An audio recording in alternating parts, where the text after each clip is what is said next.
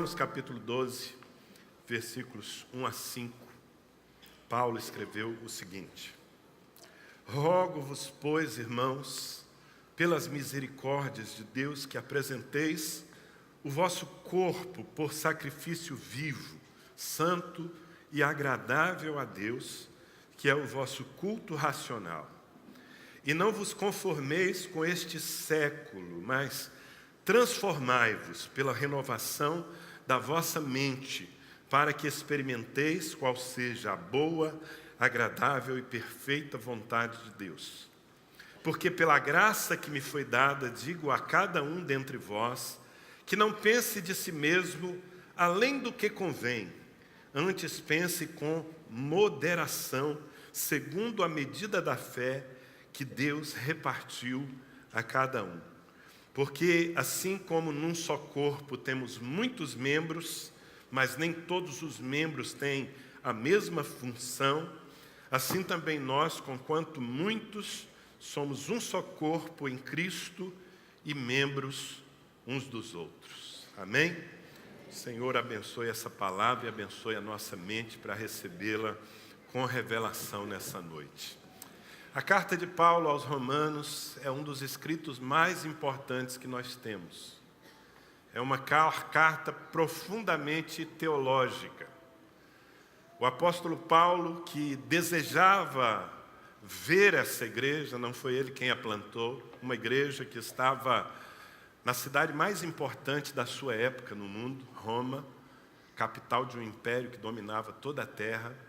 E Paulo, escrevendo aos Romanos, ele teve um coração apostólico de procurar dar entendimento aos crentes que estavam naquela grande cidade sobre a lógica de Deus, sobre a sabedoria de Deus em desenvolver a salvação. Então, como eu falei, Romanos é uma das cartas mais importantes teologicamente, um dos livros mais importantes quando nós pensamos em teologia, nas bases da nossa fé. O apóstolo Paulo, com aquela destreza, aquela sabedoria que Deus lhe deu, ele fala do capítulo 1 ao capítulo 11 sobre o pecado, ele fala em como o pecado encerrou não apenas as nações, mas o próprio povo judeu debaixo de perdição. O apóstolo Paulo ensina sobre a justificação pela fé. Ele dá uma aula maravilhosa sobre a obra de Cristo e a justificação pela fé. Ele faz a distinção entre a lei e a graça, nos ensinando que nós não estamos mais debaixo da lei, mas estamos debaixo da graça, e por isso nós podemos e devemos viver uma vida de liberdade, uma vida superior àquela que a lei propunha. Ele fala sobre a obra do Espírito que nos ajuda a conhecer essa salvação. E ele fala, por fim, ali já no capítulo 11, sobre a primazia de Israel entre as nações. Ele explica que o fato de Israel ter rejeitado Jesus não torna o povo judeu um povo maldito, muito ao contrário. Porque Deus endureceu o coração aos judeus para que a salvação pudesse chegar a todas as nações. Não faz sentido, segundo o ensino de Paulo, que nós desprezemos Israel. Todos os povos podem desprezar Israel, menos a igreja, porque a igreja tem a sua salvação por causa de Israel. Israel é a nação primogênita do Senhor. E de Israel veio a palavra de Deus que nos salvou. E de Israel veio o nosso Salvador. O meu amado Jesus, na carne, é um judeu. E Paulo fala sobre todas essas coisas assim, de uma maneira muito profunda. E ele termina o capítulo 11 com uma grande exclamação. Parece que ele foi falando, foi escrevendo, e o seu coração foi se empolgando com a sabedoria de Deus, com esse plano complexo que Deus estabeleceu para poder nos salvar a todos. Quando chega no final, ele está tão assim empolgado que ele diz coisas do tipo, Romanos 11, 33 a 36, ó profundidade da riqueza, tanto da sabedoria como do conhecimento de Deus. Quão insondáveis são os seus juízos, quão inescrutáveis os seus caminhos. Quem conheceu a mente do nosso Senhor? Ou quem foi seu conselheiro? Ou quem primeiro deu a ele para que ele venha a ser restituído? Porque dele, por meio dele, para ele são todas as coisas. A ele, pois, a glória eternamente. Amém. Você devia falar um amém depois de tanta coisa tremenda. Paulo está empolgado com a teologia. Mas aí, quando ele entra no capítulo 12, ele resolve tornar todo aquele conhecimento em prática. Porque, ok, o plano de Deus é maravilhoso, a sabedoria de Deus é maravilhosa, a história que Deus desenvolveu durante os séculos para que nós tivéssemos a salvação dos nossos pecados é maravilhosa. Mas, e daí? Parece que vem ao coração de Paulo uma pergunta: como é que nós vamos aplicar tudo isso? E aí ele passa a falar de coisas práticas. E aqui, a partir daqui, mas eu vou me deter nesses 5 primeiros versículos do capítulo 12, Paulo nos dá uma direção sobre, uma vez que nós entendemos o plano de Deus e entramos na salvação, qual é a nossa vida?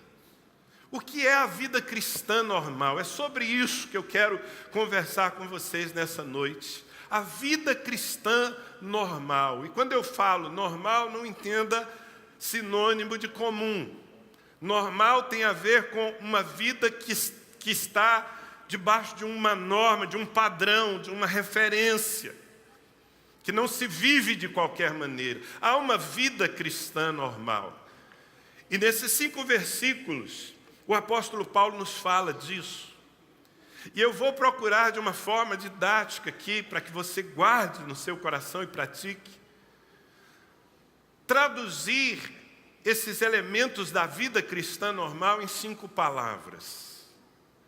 A vida cristã normal consiste em consagração, em inconformação, em transformação, em moderação e em cooperação. Você vê que a vida cristã normal é uma vida de ação, não é? Diga comigo: consagração, inconformação, transformação, moderação e cooperação. Nós somos chamados a viver isso. Se nós não vivemos essas coisas, nós não somos normais. Talvez não sejamos realmente cristãos. Porque o que me apresenta como um cristão não é o fato de eu frequentar uma igreja. Não é o fato de todos os domingos eu colocar a Bíblia debaixo do braço e me assentar numa cadeira de um templo e ouvir um pastor pregando a palavra de Deus. Isso não me torna um crente normal. Talvez não me torne nem um crente. Então eu preciso entender o que Deus quer de mim. E essa é a proposta dessa noite aqui. E eu começo falando sobre consagração. Paulo começa o seu ensino no versículo 1 dizendo assim: rogo-vos, pois, irmãos, pelas misericórdias de Deus, que apresenteis o vosso corpo como um sacrifício. Preste atenção.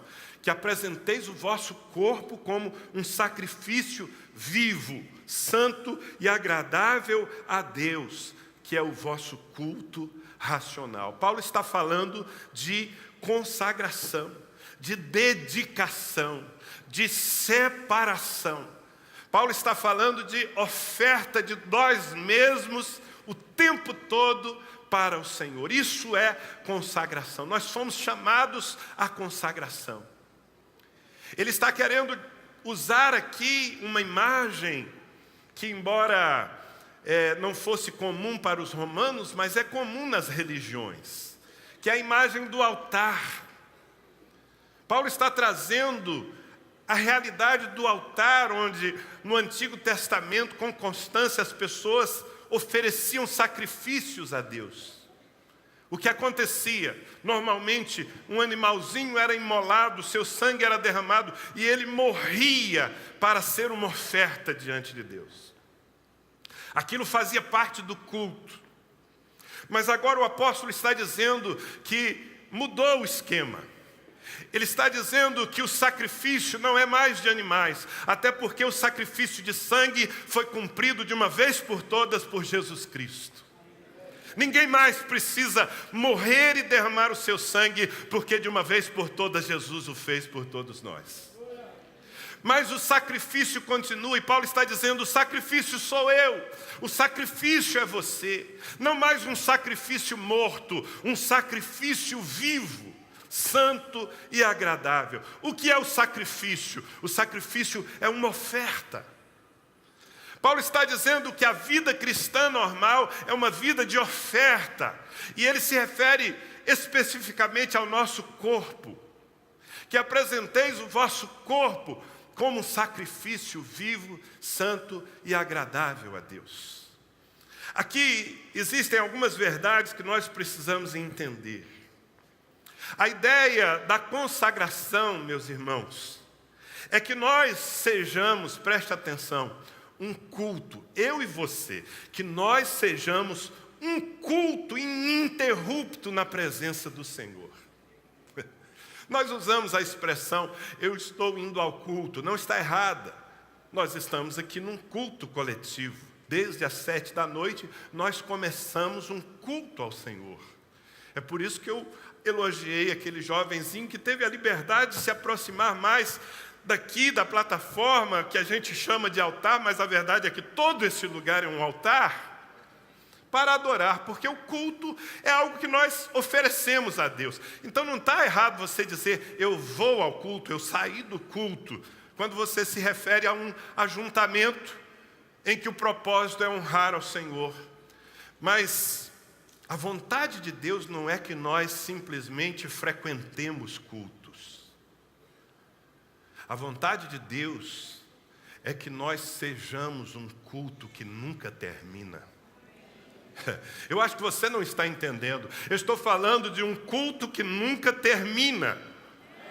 Eu estou falando de uma oferta que é você mesmo, e os seus atos, e as suas ações, e tudo que você opera, que seja feito para honrar ao Senhor, porque culto é honra a alguma divindade.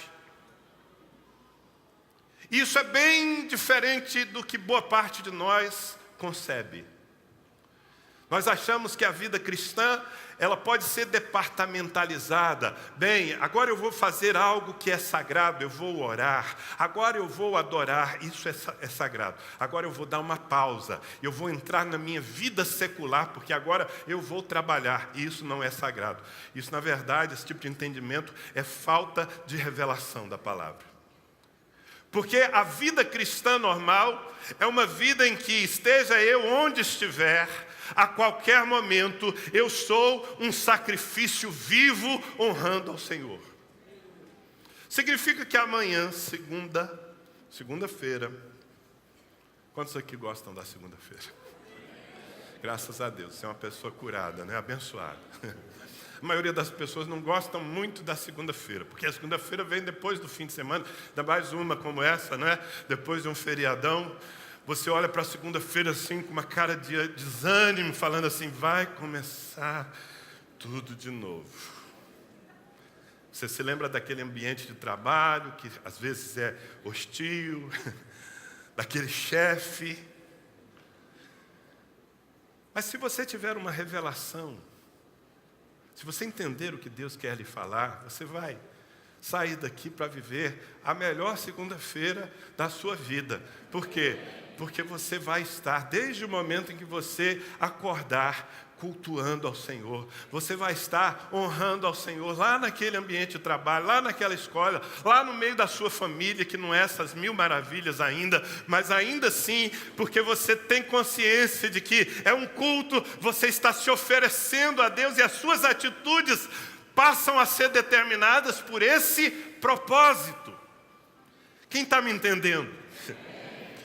O mesmo Paulo, escrevendo a sua primeira carta aos Coríntios, capítulo 10, versículo 31, ele diz assim: portanto, quer comais, quer bebais, ou façais qualquer outra coisa, fazei tudo para quê? Fazei tudo para a glória de Deus. Essa é a vida cristã normal. Se amanhã você vai fazer um negócio, faça esse negócio pensando em última instância na glória de Deus. Se você vai ter que resolver um problema familiar, você precisa pensar em uma solução que em última instância honre ao Senhor. Isso é o nosso culto racional. É um culto lógico, é intencional, ele não para nunca. Eu não entro e saio do culto, eu sou um culto. Romanos capítulo 14, versículos 7 a 8. Paulo diz assim: porque nenhum de nós vive para si mesmo, e nem morre para si. Porque se vivemos, para o Senhor vivemos. Se morremos, para o Senhor morremos. Quer pois vivamos ou morramos, somos do Senhor. Essa é a vida cristã normal. Eu não saio da presença de Deus. Eu não tiro a minha vestimenta, né, as minhas vestes de crente para viver uma dimensão que não é sagrada. Tudo é sagrado na minha vida. Tudo é oferta para Deus. Quem está entendendo? Quando nós falamos de consagração, de oferecer o nosso corpo como sacrifício, nós estamos também falando de mantermos esse corpo longe de todo pecado. Consagração é fazer a opção por uma vida de pureza. Isso é normal. O que sai disso é anormal, está fora da norma, é reprovado. Nós não podemos viver e dizer que somos crentes verdadeiros se nós não guardamos o nosso corpo santo ao Senhor. É por isso que Paulo diz que em todas as coisas que fazemos devemos pensar na glória de Deus. Nós vivemos numa geração, talvez a mais permissiva de toda a história. Não existem regras, não existe moral, não existe padrão. É um relativismo absoluto. É assim o mundo que nós vivemos. Mas nós somos consagrados. Você é santificado. A palavra santo, santificado, significa separado. Você foi separado por Deus. Você tem que viver uma vida diferente. Amém ou não? Amém. Eu não estou falando de você ser esquisito. Estou falando de você ser diferente. Porque tem muito crente esquisito, fala a verdade. Não precisa ser esquisito, mas é absolutamente necessário ser diferente. Por quê? Porque você é consagrado. Você é um culto a Deus. O seu corpo, os seus membros não podem ser oferecidos ao pecado. É o que o próprio apóstolo Paulo diz, escrevendo o capítulo 6 dessa mesma carta, Romanos 6, versículos 12 e 13. Olha só. Não reine, portanto, o pecado em vosso corpo mortal, de maneira que obedeçais às suas paixões. Nem ofereçais cada um os membros do seu corpo ao pecado como instrumentos de iniquidade, mas oferecei-vos a Deus como ressurretos dentre os mortos, e os vossos membros a Deus como instrumentos de justiça. É para esse tipo de vida que nós somos chamados. Aí há uma área muito, muito importante. Há uma bênção que Deus nos deu, que se chama sexo, vida sexual. Isso é uma bênção de Deus. Quantos sabem que é? Quantos casados temos aqui? Porque os jovens sabem teoricamente, né, irmãos? Claro. Mas é uma bênção. É uma bênção que o Senhor deu ao casamento. Os nossos casamentos sem essa parte importante seriam bem mais pobres.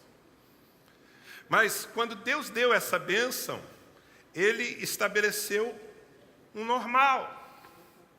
E o normal são os limites do casamento. Então, quando nós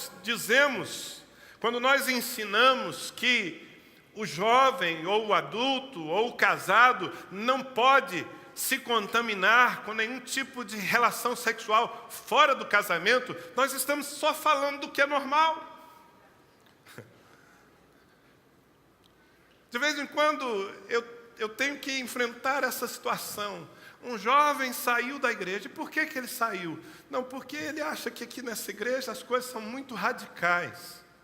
E no fundo, ele não quer ir para o mundo, ele quer ir para uma igreja onde ele possa pegar todas as menininhas. Falando português claro. E quando eu sei que o motivo é esse, eu digo, bem, por esse eu não vou sofrer, porque realmente o lugar dele não é aqui. Porque aqui nós queremos formar um povo santo. Não é uma questão de regras da igreja, é uma questão do porquê Jesus fez tudo o que Ele fez. E nós fomos chamados para uma vida pura. Isso é consagração. É por isso que aquele que está com dificuldade no casamento não pode olhar por cima da cerca, buscando alguma solução. Ele tem que procurar corrigir as suas dificuldades dentro do casamento. Porque senão ele vai ofender a Deus. Olha o que diz. Eu sou fã desse cara. O apóstolo Paulo em 1 Coríntios 6, 18 e 19. 18 a 20, perdão. Paulo diz assim, fugi das relações sexuais ilícitas. Na maioria das traduções está escrito aí, fugir de toda impureza.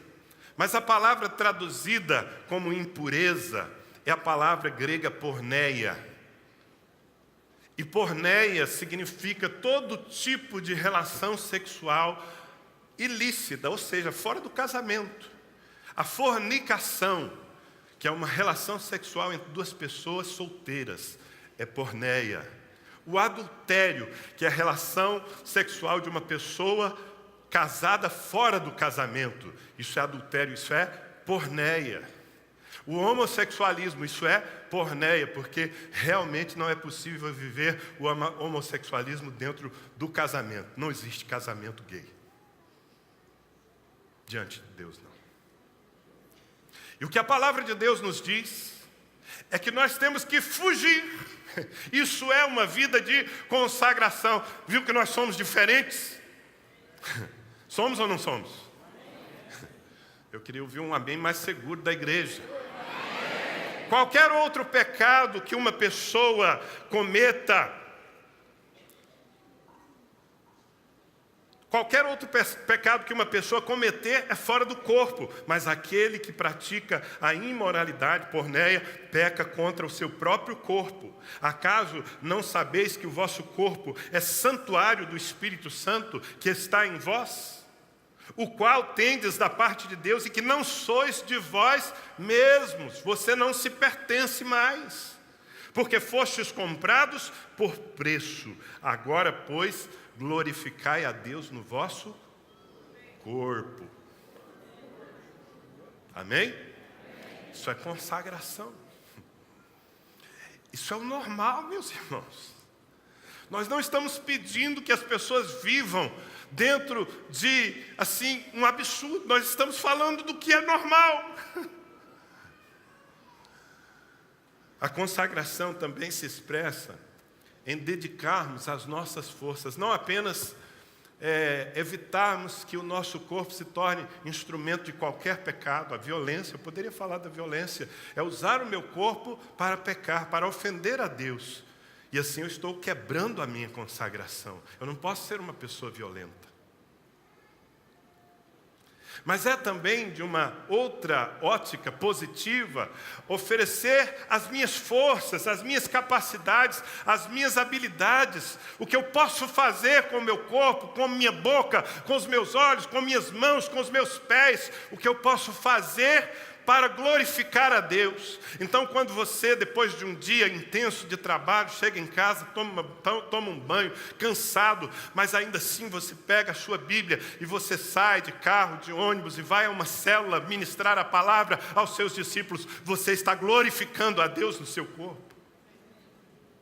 Quando você entra no seu quarto e se curva diante do Pai e gasta um tempo de oração, intercessão, você está glorificando a Deus com o seu corpo. Isso é consagração. Isso é o normal do crente. Jesus resumiu o principal mandamento com as seguintes palavras, estão em Marcos capítulo 12, versículo 30. Amarás, pois, o Senhor teu Deus de todo o teu coração, de toda a tua alma, de todo o teu entendimento e de toda a tua força. Quando ele fala de alma e coração, está falando do nosso interior, mas quando ele fala da sua força, ele está falando do seu vigor, do seu físico. O seu corpo precisa ser todo o tempo um sacrifício, não morto, vivo, glorificando o Pai. Isso é consagração.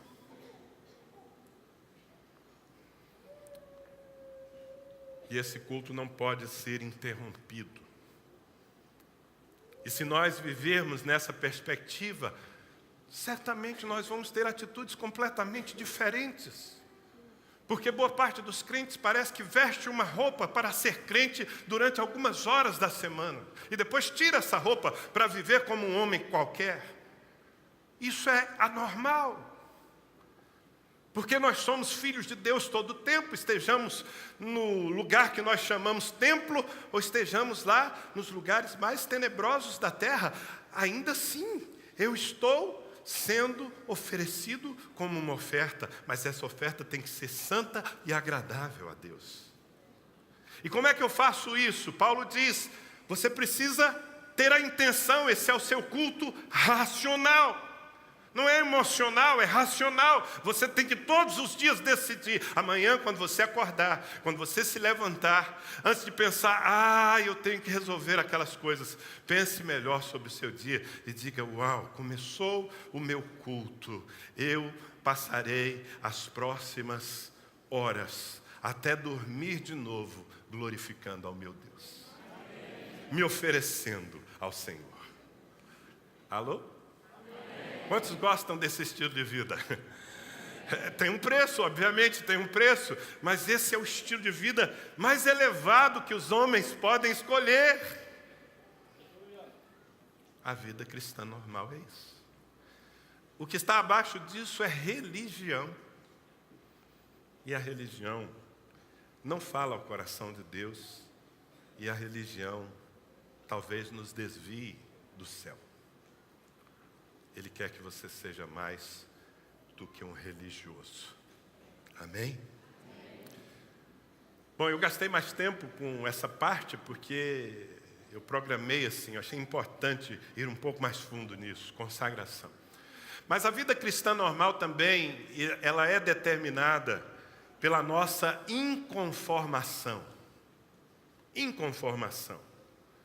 No versículo 2, Paulo diz, e não vos conformeis a este século, ou a este mundo.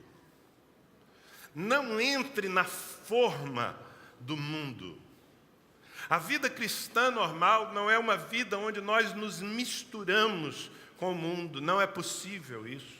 O mundo tem um outro estilo de vida. Quando fala do mundo, nesse contexto, está falando das pessoas sem Deus, das pessoas que não servem a Cristo. Esse é o mundo. E se nós realmente somos crentes, eu estou falando para crentes verdadeiros, não nominais. Se nós somos crentes, nós vivemos em inconformação.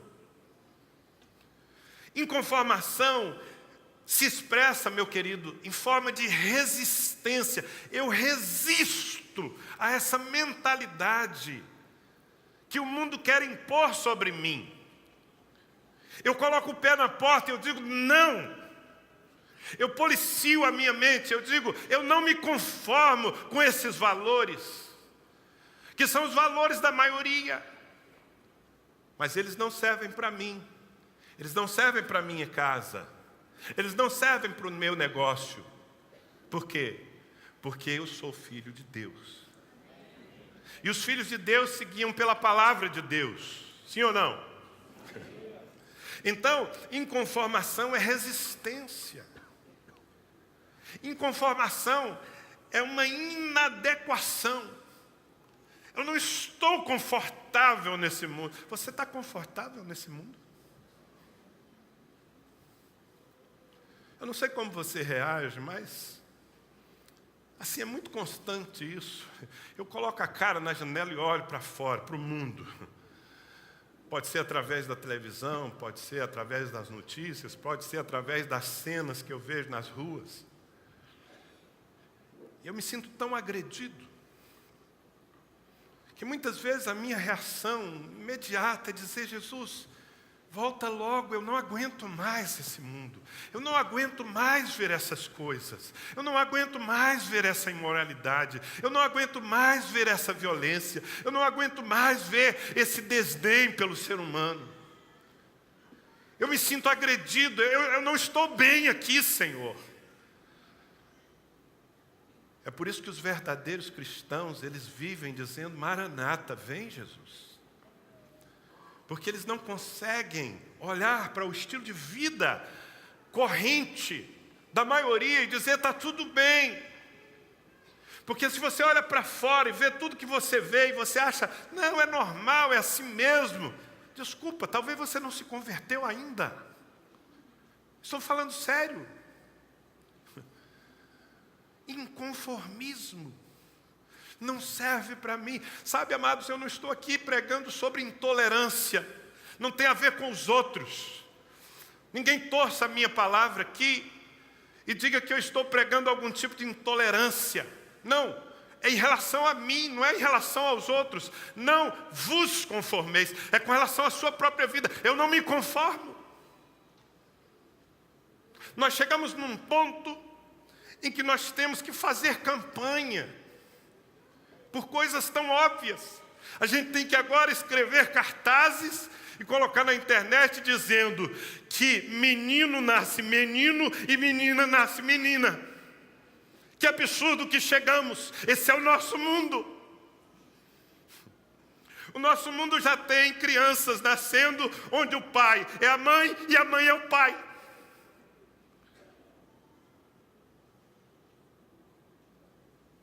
Como nós nos sentimos?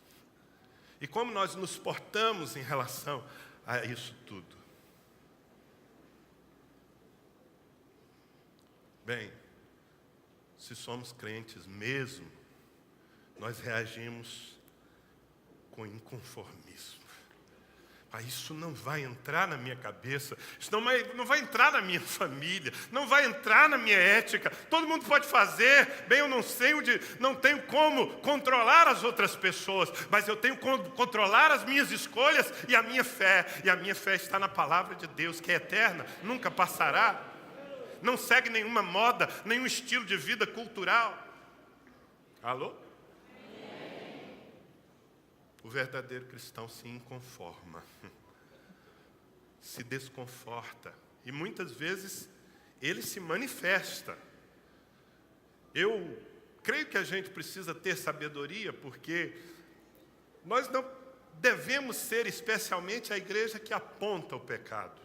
Apesar de que faz parte da igreja apontar o pecado, do ministério profético da igreja. Mas, acima de tudo, nós precisamos apontar Jesus. É melhor a gente falar da beleza e da graça que é a vida de uma família, do que nós ficarmos todo o tempo falando contra o homossexualismo. Quem está me entendendo? É melhor a gente promover a vida que Deus nos deu a viver, que ela é muito superior a qualquer estilo de vida que as pessoas vivam aí fora, ainda que de vez em quando nós vamos ter que nos posicionar em relação à sociedade.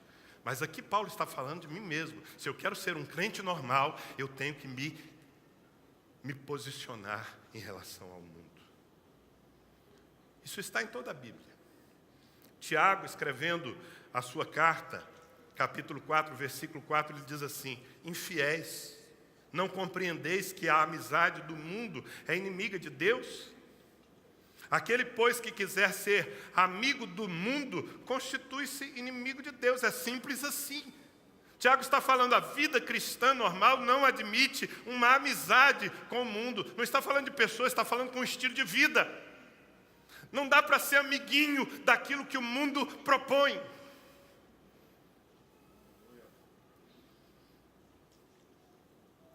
E é aí que muitos dos que se dizem crentes são reprovados, saem da normalidade.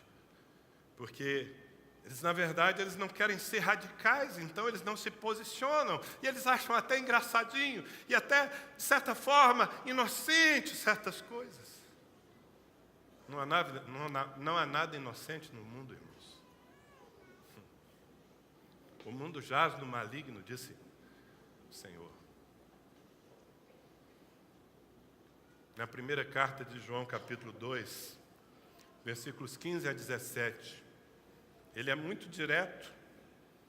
Ele diz assim: não ameis o mundo, nem as coisas que há no mundo.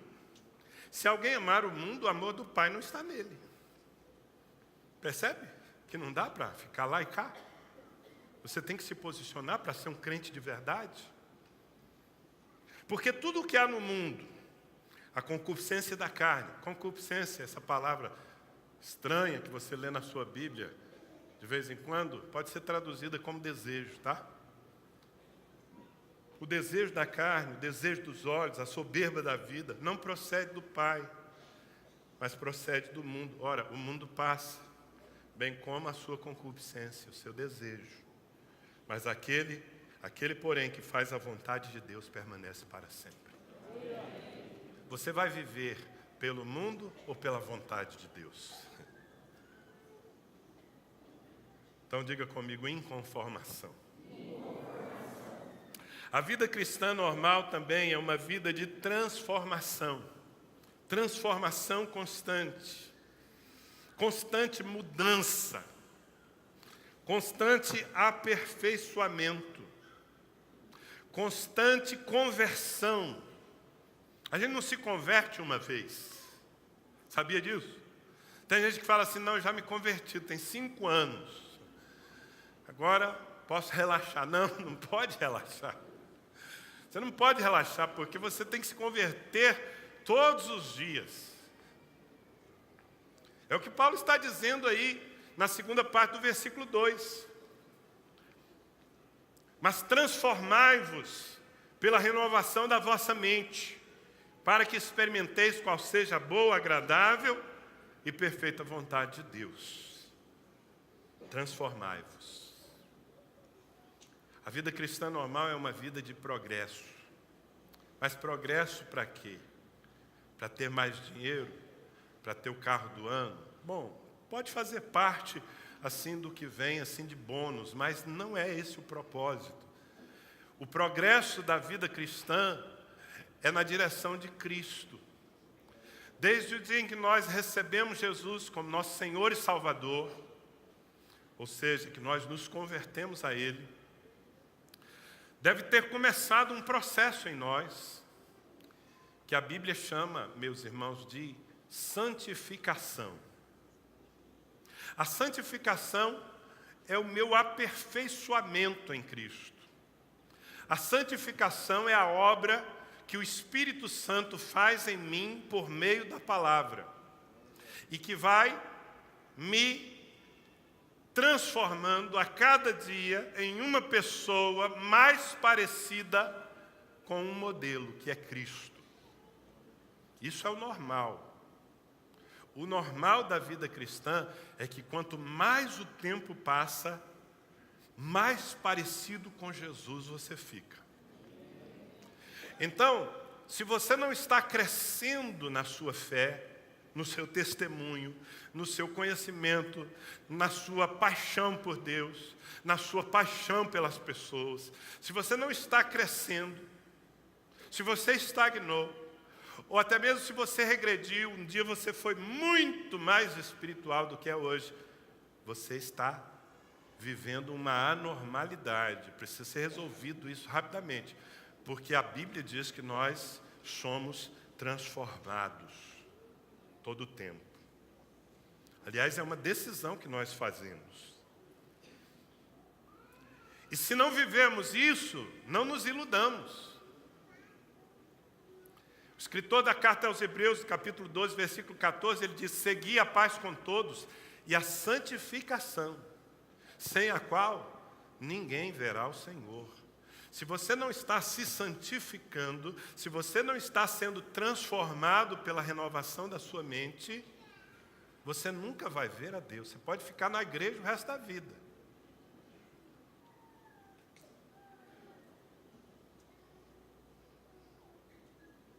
Na segunda carta aos Coríntios, capítulo 3, versículo 18, olha só o que Paulo diz.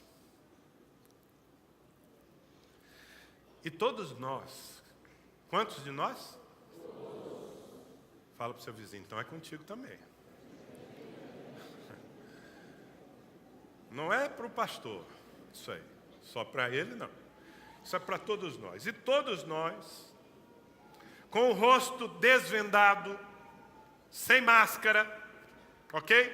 Sem disfarce, todos nós com o rosto desvendado, contemplando como por espelho a glória do Senhor, somos o quê? Transformados de glória em glória, na sua própria imagem, como pelo Senhor o Espírito. Aleluia! Isso me dá uma esperança.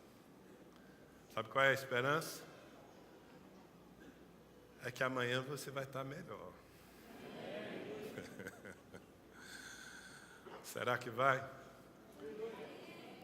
O que é estar melhor? Estar melhor é ser mais espiritual, é ser mais santo, é ser mais parecido com Jesus. Que caminho glorioso esse, hein? A vida cristã é muito mais do que assistir cultos. A vida cristã é uma vida de transformação constante, sempre crescendo na direção de Cristo. A vida cristã normal também é uma vida de moderação.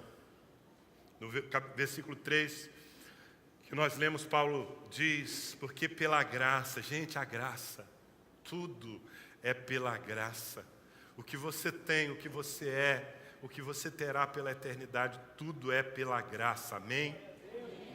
Paulo diz: porque pela graça que me foi dada, digo a cada um dentre vós, que não pense de si mesmo, além do que convém, antes pense com moderação, segundo a medida da fé que Deus repartiu a cada um. Paulo está dizendo que a vida cristã normal é uma vida de controle, é uma vida de domínio próprio, é uma vida de sobriedade, é uma vida de humildade. Se eu sou crente, eu sou humilde, eu não me considero nem pior e nem melhor do que ninguém. Porque, na verdade, eu tenho a consciência de que todos somos pecadores resgatados pela graça de Deus. E o que nós temos de virtude, nós recebemos dele. Então, ser moderado, a moderação da qual o apóstolo está falando, você quer que eu traduza isso numa linguagem mais atual? O crente normal baixa a sua bola. Fala para o vizinho: baixa a sua bola, irmão. Se a bola estiver cheia demais, estiver pulando demais, estiver alta demais, você baixa a bola. Porque nós temos que viver uma vida de humildade, valorizando o outro. E naquilo que nós temos como virtude, sabe, humildade não é negar o que eu sou. Humildade não é negar o que eu tenho. Alguém chega para mim e fala assim, puxa, você é muito bom nisso. Aí você fica todo tímido assim e diz, não, que é isso? Isso não é humildade. Até porque o que você tem de virtude, de habilidade, é fruto da graça. Foi o Senhor quem lhe deu. Então, você não pode deixar de reconhecer o que o Senhor lhe deu. Então, humildade não é negar as minhas virtudes. Humildade é não usar as minhas virtudes como argumento de superioridade sobre ninguém. E é para esse tipo de vida que nós somos chamados a viver. Somos pessoas diferentes, temos dons diferentes, uns aparecem mais do que outros, porque Deus repartiu entre nós, para usar a linguagem de Paulo, uma medida diferente de fé. Foi Ele que repartiu, não fomos nós. Mas ainda assim, sendo diferentes e tendo capacidades diferentes, nós vivemos uma vida de moderação, em que nós valorizamos o outro.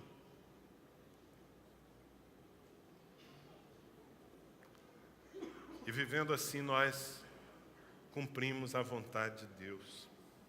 Como eu disse, a moderação é resultado da consciência de que todos nós somos resultados da graça. Somos resultado da graça. Tiago, ele fala sobre isso. Tiago 1, de 16 a 18. Não vos enganeis, meus amados irmãos. Então, ele está falando para crente. Toda boa dádiva e todo dom perfeito são lá do alto, descendo do Pai das luzes, em quem não pode existir variação ou sombra de mudança. Pois segundo o seu querer, Ele nos gerou pela palavra da verdade, para que fôssemos como primícias das suas criaturas. O que Tiago está dizendo é: ninguém se ensoberbeça, porque afinal de contas, se temos algum dom perfeito, alguma coisa valiosa, isso veio do Pai das luzes. Filipenses 2:3, você percebe que eu tenho trazido bastante textos bíblicos para as nossas palavras, e é por isso mesmo que você deve anotar, porque depois você pode, durante a semana, no seu devocional, voltar a esses textos, refletir sobre eles. Amém? Em Filipenses 2:3 diz assim: nada façais por partidarismo ou vanglória, mas por humildade, considerando cada um os outros superiores a si mesmo. Essa é a vida cristã normal. Na vida cristã normal, ninguém põe banca. Alô? Na vida cristã normal, nós estamos felizes o tempo todo, porque tudo é lucro. Eu, às vezes, saí essa semana para ministrar fora daqui. Muitas vezes eu saio e eu sou tratado como um príncipe, literalmente. As pessoas, ou as igrejas, ou enfim, as organizações que me levam para ministrar, às vezes me colocam num hotel 5 estrelas e me levam para um restaurante daqueles assim, que eu não iria, porque eu não pagaria aquilo para eu comer. Mas eles me levam, eu vou. Com muito prazer. Mas às vezes eu estou em situações diferentes. Nessa semana eu fui ministrar aos pastores e líderes de uma denominação lá na Bahia. Era um povo simples. Pastores bastante simples. Eu fiquei numa pousadinha bem simples. Eu não fui em nenhum restaurante chique. Na verdade, nós comemos algumas pizzas, daquelas que você já conhece de fim de culto. Mas eu não me senti diminuído. O mesmo prazer que eu tinha em servir àqueles que me levaram para o Hotel 5 Estrelas, é o mesmo prazer que eu tenho de sentar num ambiente acanhado com alguns irmãos para comer aquela pizza, porque, na verdade, tudo é lucro. Porque, na verdade, eu estou fazendo a coisa mais importante da terra. Porque eu não sou melhor do que ninguém. Porque se os meus irmãos lá da Bahia, eles comem aquilo, então é isso que eu devo comer com eles com toda alegria. É assim que a gente deve viver, contente, satisfeito, valorizando o outro. Bom, a vida cristã normal é uma vida também de cooperação. E aqui nesse último ponto eu vou finalizar.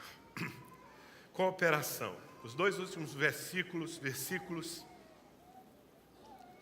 Paulo diz assim, você está ligado, né? Você não dispersou não, né? Não tem ninguém passeando no Facebook, no Twitter, no Instagram aí não, né? Olha lá, hein? Fica firme aí. Aliás, você só pode acessar o Twitter, o Facebook durante o culto, só se for para você anotar assim, uma palavra que falou muito com você, aí você digita e joga ela lá para fora, mas sai rapidinho, não fica lá. Aí pode, mas melhor deixar para depois. Anota no caderno, quando chegar em casa, porque vai que na hora de mandar a palavra para todo mundo, você vê ali uma noticiazinha, aí você já foi. Então você anota e quando chegar em casa você compartilha, tá bom? Cooperação, versículos 4 e 5. Porque assim, como num só corpo temos muitos membros, mas nem todos os membros têm a mesma função, assim também nós, conquanto muitos, somos um só corpo em Cristo e membros uns dos outros. Do que Paulo está falando? Paulo está falando que a vida cristã normal é uma vida de cooperação. Agora pense nessa palavra, cooperação. Só pode haver cooperação se houver antes operação. O que Paulo está dizendo é o seguinte: nós somos todos membros de um grande corpo. E cada pessoa normal na igreja, só estou falando de crente normal aqui, ok? Se você não se enquadra, você precisa se converter ao que é normal. Você é anormal, irmão. Desculpa aí a sinceridade. Então, o crente normal, que é o crente celestial, que é o crente sobrenatural, esse crente, ele em primeiro lugar, ele sabe que ele tem função. Todo crente tem função no corpo de Cristo. Não existe esse negócio de ir à igreja. Eu assisto ao culto, eu vou à comunidade cristã. Isso não é ser crente. Eu acompanho pela internet. Isso não é ser crente. Ser crente é ter função. Eu tenho o meu ministério. Eu opero. Quem está entendendo? Agora, eu não opero sozinho, porque eu sou parte de um corpo. Então, na verdade, eu coopero. Eu opero junto com o meu irmão, que opera também segundo o dom que Deus lhe deu. Então, o que eu estou dizendo aqui, com todas as letras, para quem quiser entender, e para quem não quiser entender, inclusive, se houver algum desses me acompanhando aí pela internet, eu estou dizendo, baseado na palavra de Deus, com todas as letras, que não existe vida cristã normal fora de uma comunidade de cristãos. Não tem dessa de eu sou crente, mas eu não tenho igreja. Anormal. Completamente anormal. Porque o que Paulo está dizendo é que, por causa de tudo que Deus fez, agora eu sou parte de um corpo. E não apenas teoricamente, não. Eu interajo com esse povo. Eu sirvo a esse corpo. Eu opero junto com os meus irmãos. Ele chega a dizer que nós somos membros uns dos outros. Amados, nós, de certa forma, pertencemos uns aos outros. Isso é uma bênção. Então, quem quer realmente ser filho de Deus, precisa aceitar essa vida de comunidade, de igreja, onde nós agimos, atuamos juntos, com um propósito, fazer a vontade de Deus, glorificar a Deus. A cooperação entre os membros é que faz a igreja produzir o seu fruto. Não é o pastor, não é a capacidade de administração de quem administra, não é a música, não é o programa que nós fazemos que faz a igreja cumprir o seu propósito, irmãos. A igreja cumpre o seu propósito, a igreja cresce, a igreja glorifica a Deus, a igreja salva o perdido, quando você opera junto com o seu irmão. Então já não é uma operação, é uma cooperação. Eu estou sendo claro nessa noite? Pelo menos, se alguém sair por aquela porta ali, dizendo, mas não é isso que eu quero viver, não. Então vai, mas normal não é. Você está fora do eixo. Como é que Deus vai tratar isso aí? É com você e Ele. Eu estou aqui para ser um crente normal, para ser um pastor normal, para ser um marido normal, para ser um pai normal. E o que é normal no reino de Deus é muito superior a tudo que os homens aplaudem aí no mundo. É a melhor vida que nós podemos receber. Essa questão da cooperação é muito importante. Escrevendo aos Coríntios, no capítulo 12, versículo 20 e 21, é o penúltimo texto que eu vou ler aqui, diz assim: o certo é que há muitos membros, mas um só corpo. Não podem os olhos dizer à mão, não precisamos de ti, nem a cabeça dizer aos pés, não preciso de ti. Nós precisamos uns dos outros. Amém? Você poderia confessar isso para o seu irmão aí do seu lado? Fala assim, eu preciso de você. Não, mas fala com sinceridade, irmão. Fala para ele que você precisa dele, eu preciso de você. Amém? Agora olha só. Para ele não se ensoberbecer e não perder a moderação, fala assim para ele também, mas você precisa de mim também.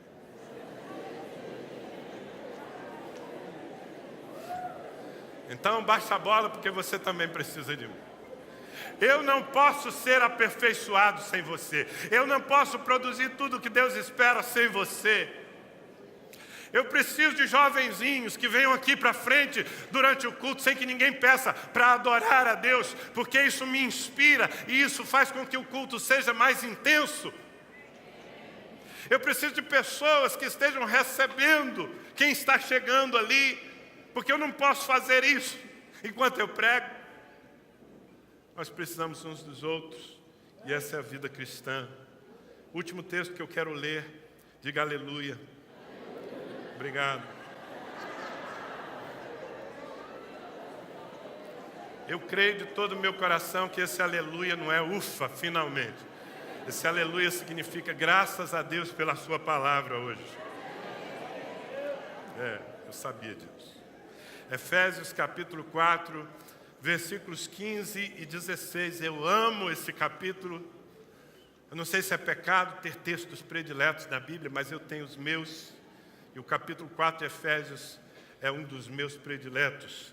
No 15 e no 16, Paulo diz assim: mas seguindo a verdade em amor, cresçamos em tudo naquele que é a cabeça, Cristo, de quem todo o corpo, bem ajustado, consolidado pelo auxílio de toda a junta, segundo, preste atenção, a justa operação de cada parte, efetua o seu próprio aumento para a edificação de si mesmo em amor. Você viu o seu nome nesse versículo aí? Eu vi o meu nome ali.